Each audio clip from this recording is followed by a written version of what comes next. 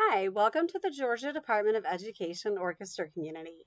My name is Sean Morton and I'm your community moderator. So for this set of webinars, we're going to have some teacher features. In these teacher features, a few different teachers are going to take some time and tell you about some of their favorite topics. These are all going to be Georgia teachers and they're going to just share what they really enjoy talking about. So first up, we're going to hear from Miss Laura Wood, who teaches at Lanier High School. Laura's going to talk to us about her favorite strategies that she uses to reflect on the previous school year, how she uses those reflections to sort of reset and then prepare for the next school year ahead.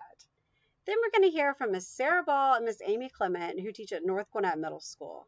These ladies are going to share with you their tried and true tricks of the trade to get your beginning students set up for success. So let's go ahead and get started with Miss Laura Wood from Lanier High School. Well, hello there. My name is Laura Wood, and I have the privilege of serving as the orchestra director at Lanier High School in Sugar Hill in the Gwinnett County Public School System. And I'm excited to talk to you today about one of my favorite things, and that is reflection. And a lot of times we're asked to reflect or to think about our year or an event when we're at a faculty meeting at the end of a school day, or maybe it's a professional development day in the middle of February and we're thinking about LGPE, not reflection. So it's important that we take this time to do it when we feel like we're rested. So maybe you want to reflect about the year once summer begins. Maybe you want to do that now before summer starts, so you're not thinking about school when summer is happening. Everyone's a little different. But it is important that we take time to reflect and reset so we're ready for the next school year.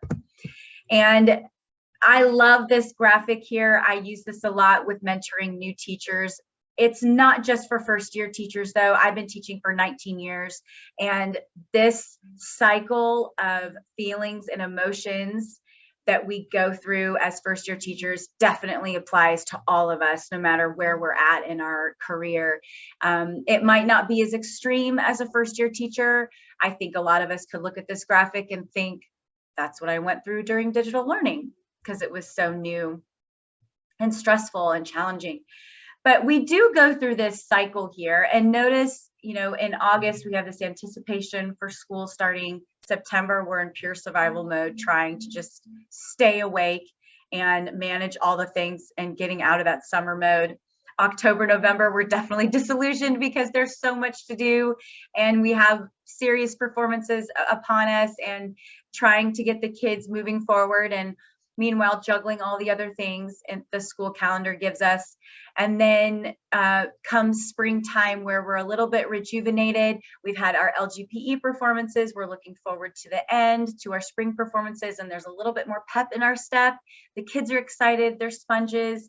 And then we finally get to late April and May, which is where we're at now, and that's reflection mode, where hopefully you have the margin and the bandwidth to really think about what the year was for you.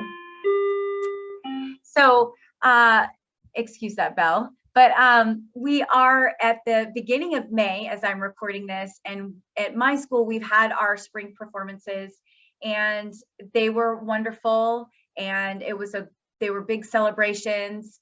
And of course, the week after concerts, we're just a little tired. In the high school, we are dealing with so much testing with end of course exams and AP exams. So kids' minds are definitely on other things, but they're sponges right now, and they're really excited to move forward and work. And hopefully you can get a little bit of that energy from them, and they can get a little bit of energy from you to look forward. And what I like to do with concerts and evaluations, or just thinking about anything, even if it's non-performance, is I like to call it a glow and a grow. I did not make that up. I stole that from someone, but what is your glow and what are your grow? What's your grow? Glows and grows, that's what we call it.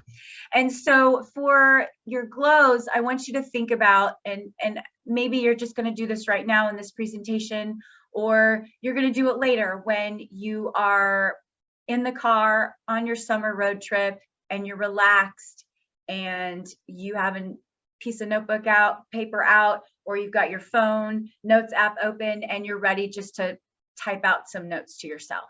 Or you're just, in a planning period at school and it's quiet and there's nothing you have to prep for the next class or for the next day. Things are kind of slow maybe, and you do it then. But it's important to take time to do this. So whatever time works for you, but make sure you're at a place of rest and in a moment of relaxation, and you're not stressed out or your mind isn't somewhere else where you can really focus on this. So you need to take time to celebrate. What are the glows of the year? What performances were amazing? What things do you want to celebrate?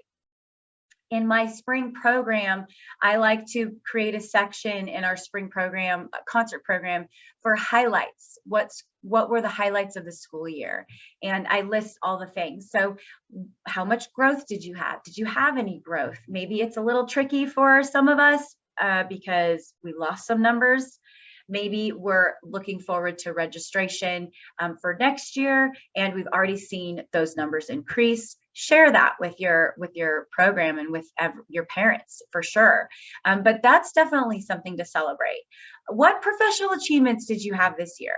For me personally, I was able to go on some wonderful trips and serve as guest conductor and guest clinician. I got to adjudicate some really wonderful programs. And so those were some professional achievements of mine that were really awesome, and I really enjoyed taking part in. Personal, you need to make sure you reflect personally. Of course, we want that work-life balance, but for me, this is my first year at the school that I'm at Lanier. Previously, I was at Paul Duke STEM High School, and I loved my time there. But my school, Lanier, is 5 minutes from my house. And not having a commute gave me so much more personal time with my family, and I have so much more time to say yes to school activities because I'm not spending so much time in my car. So that's definitely a personal glow that I have from this year, and it could look different for you. What are some grows? So I don't necessarily want you to think about negative things, but what are some areas that maybe weren't wonderful and there's room for growth there? Maybe it's a way to tweak your concert, or it's a logistical thing. Maybe it's a song that you're never going to play again because it just wasn't a teachable song for your program. Maybe there was something out of your sphere of influence. So, coming into a new school, I had no control over the recruitment that happened in the past, and I had no control over who I was getting and the numbers I was getting. So I can't focus on numbers dipping. You likewise cannot focus on your numbers decreasing because of COVID. You had no control over the pandemic.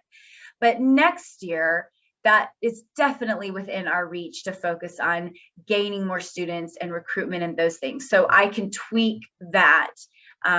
So don't be too hard on yourself when you're thinking about ways you can grow and move forward. Something that is really important, I have surrounded myself with not only good friends, but really amazing colleagues who are at the top of their game. I want to surround myself with people who are better than me, who know more than me, who are awesome, and who want to share their knowledge and their expertise. And I encourage you to do the same, because when I look at things that I need to grow in or that need tweaking, I'm going to go to those people who I know are successful at recruitment, or successful at putting on a really smooth performance, or really great at planning banquets for their orchestra, or really great at parent communication. Whatever the thing is that you need to improve on, find other people who are more awesome at it than you and glean from them. I'll just share some glows, good things and grows, things to consider from a professional development we did last year. Some of the things you can read on here for yourself. You know, finding new method books, getting through a new method book was definitely a glow for some people. New repertoire. Sometimes, you know, you get stuck in a rut and you play the same stuff over and over and over again. Maybe you're really excited that you were able to take the digital components from the past few years and you still are carrying them out to this year, and that's awesome. Maybe you just know your students a little bit better than you did in the past, and just being able to focus on non-performance more in your classroom was a huge glow for you.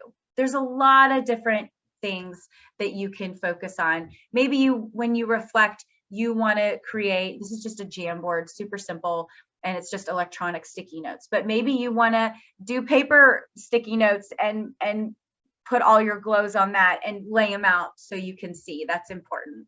And here are some grows, some things to consider that can be better, more efficient ways of assessing students, and making your grade book more meaningful, not just putting completion grades in there, not just flooding your grade book with, you know, random assignments. Hopefully we're not doing that.